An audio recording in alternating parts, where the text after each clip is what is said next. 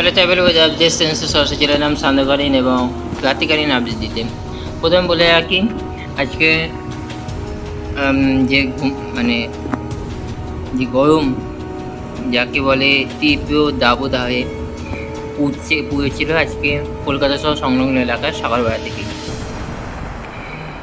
এবং যেটা দেখা যাচ্ছে এই মুহূর্তে কোথাও কিন্তু বৃষ্টি নেই, না উত্তরবঙ্গে না দক্ষিণবঙ্গে। শুধু ধানবাদের কাছে বৃষ্টি হচ্ছে এবং রৌকেল্লার কাছে কিন্তু বৃষ্টি হচ্ছে।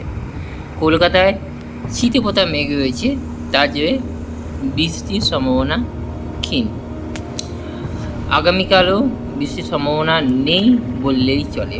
যেটা দেখা যাচ্ছে বঙ্গোপসাগরে মেঘ এই মুহূর্তে নেই এবং কালকে বিকেলের পর থেকে মেঘ সঞ্চয় হবে এবং তারপর বৃহস্পতিবার থেকে বৃষ্টির সম্ভাবনা আছে। সেটা আপনাদেরকে ওয়েদার চিত্রে বা রেন অ্যান্ড থান্ডার সাইজে চলে যাই। এই মুহূর্তে দেখতে পাচ্ছেন যে কলকাতায় বৃষ্টি নেই এই মুহূর্তে, ফুললি পরিষ্কার হয়ে যেতে যা হচ্ছে মধ্য ভারতের দিকে হচ্ছে এবং সংলগ্ন এলাকায় এবং উত্তরবঙ্গে আজকে রাত্রিবেলায় পর থেকে দিনাজপুর, দিনাজপুর, সিকিম, দার্জিলিং, জলপাইগুড়ি, কোচবিহার এইসব জায়গায় কিন্তু বৃষ্টি হয়েছে। বাংলাদেশে হয়েছে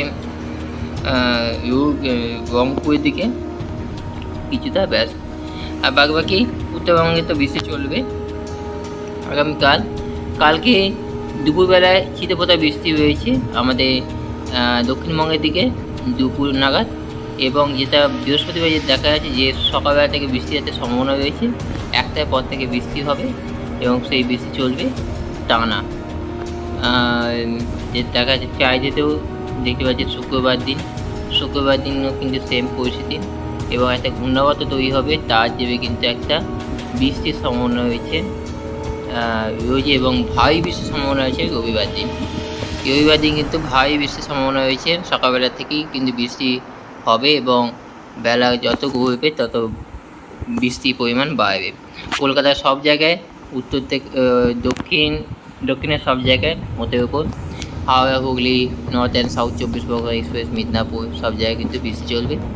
আর দেখা যাচ্ছে ঢাকা সাইডেও বাংলাদেশে রয়েছে বৃষ্টি সর্বত্রই এবং এই বৃষ্টি চলবে আগামী কিছুদিন দেখা যাচ্ছে। এবং পরবর্তী যেটা ঘূর্ণাবর্ত বা নিম্নচাপ তৈরি হওয়ার সম্ভাবনা ছিল, উইন্ডগাস্টে যদি চলে যায়, উইন্ডগাস্টে দেখি বায়ুর ঝাপটা কতখানি হয়েছে। আগামীকালে একটা ঘূর্ণাবর্ত তৈরি হচ্ছে বঙ্গোপসাগরে এবং সেটি বিশাখাপত্তনম হয়ে বেরিয়ে যাচ্ছে আমাদের বিশাখাপত্তনমেও কিন্তু বৃষ্টিটা চলবে এবং সেটি তার টান 28 তারিখ এবং 29 তারিখ নাগাদ কিন্তু আমাদের দক্ষিণবঙ্গের দিকে কিন্তু আসছে সেই ঘূর্ণাবর্তটি এবং তার জেরে কিন্তু একটা বৃষ্টি হওয়ার সম্ভাবনা রয়েছে কলকাতায়, যেটা আপনাদেরকে আগে দেখালাম।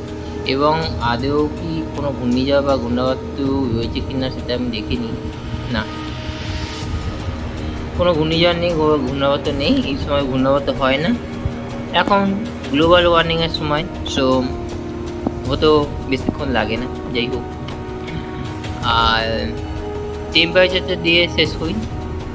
টেম্পারেচার এই মুহূর্তে যে টেম্পারেচার চলে যায়, টেম্পারেচার এই মুহূর্তে রয়েছে কলকাতায় আজকে 10°-31°C কাছাকাছি হয়েছে। আর চন্দননগর 32-এ থাকবে, শান্তিপুর 32, কাটোয়া 35-এ থাকবে। আর এদিকে যদি চলে যায় ধুলিয়ানে 34, মালদা 33, এদিকে যদি চলে যায় দিনাজপুরের দিকে, দিনাজপুরে রয়েছে 29°C, শিলিগুড়িতে রয়েছে 27, এদিকে চলে যায় জলপাইগুড়ি, আলিপুরদুয়ার এসব জায়গায় থাকবে। ওই ধরে নিন কোচবিহারে দেখাবে 29 থাকবে, ঢাকা বা ঢাকা সাইডে রয়েছে 31-এর ভেতর, বাংলাদেশ ফুল 32-এর ভেতরে রয়েছে, আর কুমিল্লা শুধু 29 থাকবে।